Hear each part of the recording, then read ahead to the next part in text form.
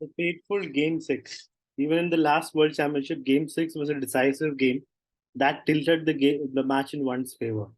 Here, Ding is behind by 1 point and he plays d4, knight f6, knight f3, d5, and here comes the London system.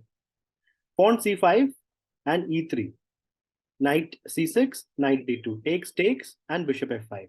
So this is considered the most challenging way for black to equalize. So basically, black also copies white. So black usually doesn't get into much trouble. Now pawn c3, e6, bishop b5, bishop d6, and takes, castles.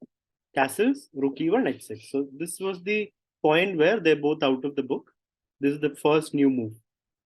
After h6, knight e5 was chosen. Of course, you can't take it because of the fork. So the knight moves away. Nepo moves the knight. Now a4.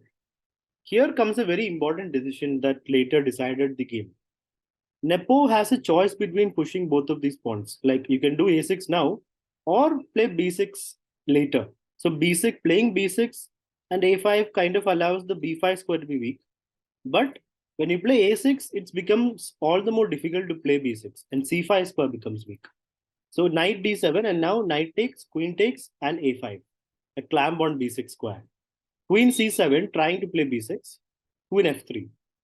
You can play b6 here, but then white would just go knight b3. And anyway, get the pawn to c5. I mean, the knight to c5.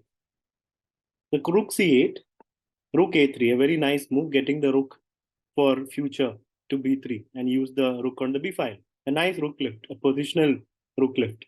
Bishop g6, now knight b3, heading to the c5 square, knight c6 and queen g3. Asking for an exchange of queens.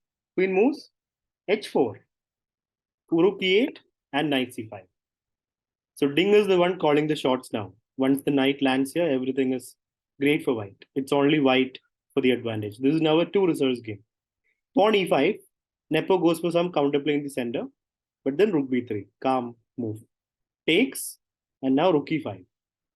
And then when queen f6, just rook a3, saving the rook. If the knight moves, the b pawn hangs. So Ding has to move the knight, it's hanging. Now bishop takes. Pawn takes, and h5, another nice move. Getting more clamp in the position. Rooks can be exchanged, but before that, he gets the job done with the rook. Bishop goes to c2, and now just knight b7. So basically, Ding is up a pawn, and the c4 pawn is also weak, a6 pawn is also weak. White's pawn structure is great. Queen b6, attacking b2 and the knight, knight d6. And of course, you can't take it because of the discovered attack. So rook takes rook, queen takes back, and queen takes b2. So Nepo gets back the pawn, but white's pieces are now too active. Rook a5, a very nice move. Allowing queen c3, but if queen c3, then white's pieces would be dominant. Queen e7 is possible. Queen d5 is also possible. Queen e7, rook a6, rook a7, everything is great for white. So here Ding plays king h7, allowing knight f7, but then black would also play queen c3 and the king is somewhat safe there. Rook c5, attacking c4. Queen c1, king moves, and pawn f6. Now comes queen g3, defending the c pawn. c4 pawn is hanging right now, and you can't really defend it. You defend it, I'll still take it. So a5. Nepo goes for some counterplay with the outside passed pawn. Knight takes pawn. Pawn a4, knight e3. So Ding realizes that the pawn is not really a problem. The knight has much better things to do, like go to f5, go into g4. Right now, the bishop is somewhat attacked. Bishop b1, and now rook c7. Threatening mate. Rook g8 defends it. Now knight d5. Threatening knight f6. So king h8, moving out of the knight f6 threat. And now rook a7, keeping an eye on the pawn. But a3, right?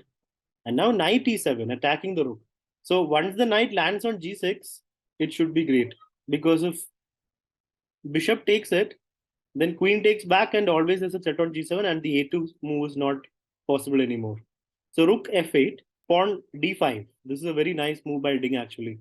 This is a genius move. You will see why. Because there are a lot of ways to win. You can directly go knight g6 and after bishop takes, h takes, and after queen b1, you can queen b1 or queen b1, you can just take the pawn really. and you can't push the pawn. So the pawn is under control. So that is one way to win. D5 is a brilliant move because after D5, pawn A2 comes. Ding is allowing Nepo to promote, but Ding has calculated a mating net. He goes Queen C7. So knight will anyway land on G6. So he's threatening knight G6 and then mate. So rook is basically king H7 was played. If knight G6, what is the idea? So knight G6 doesn't come with a check now. That's why king H7. So if knight G6, black can play other moves. So Ding's idea was he goes knight G6 anyway, and after rook G8, defending the mate, there comes a beautiful move, queen F7. What is the plan? He had created a mating net with D5. Let's say black plays queen B2 to try and promote. Then queen takes rook. After king takes, rook check. And if king moves, the nice checkmate. The importance of D5 controlling E6 is now visible. So that is why after queen to F7, Nepo resigned because of the mating net that Ding had created around his king. So one-sided game in the World Championship in Game 6, and Ding equalizes the score with this nice little win against Nepo.